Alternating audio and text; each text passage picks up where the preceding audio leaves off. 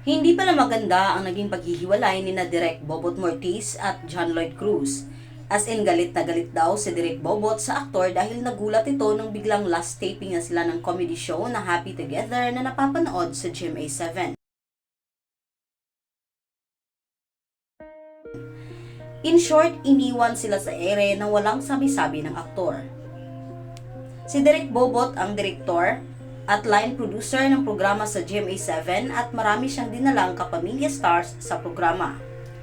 Maganda rin daw ang rating nito at commercial load, kaya nasurpresa raw sila sa ginawa ni John Lloyd.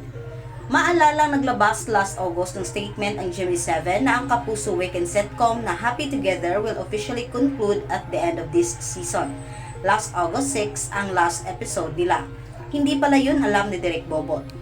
Nakailang season din naman sila sa GMA7 bago tuluyang nanawa si John Lloyd Cruz